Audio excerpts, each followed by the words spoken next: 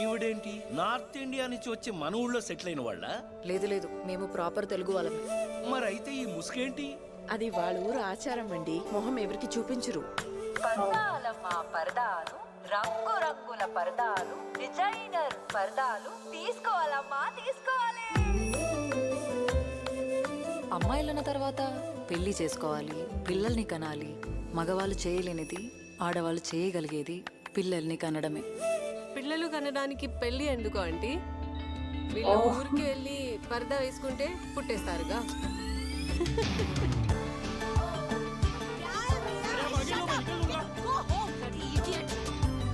ఏం పేళకోలం ఉందా? ఇంటికి వస్తావా లేదా?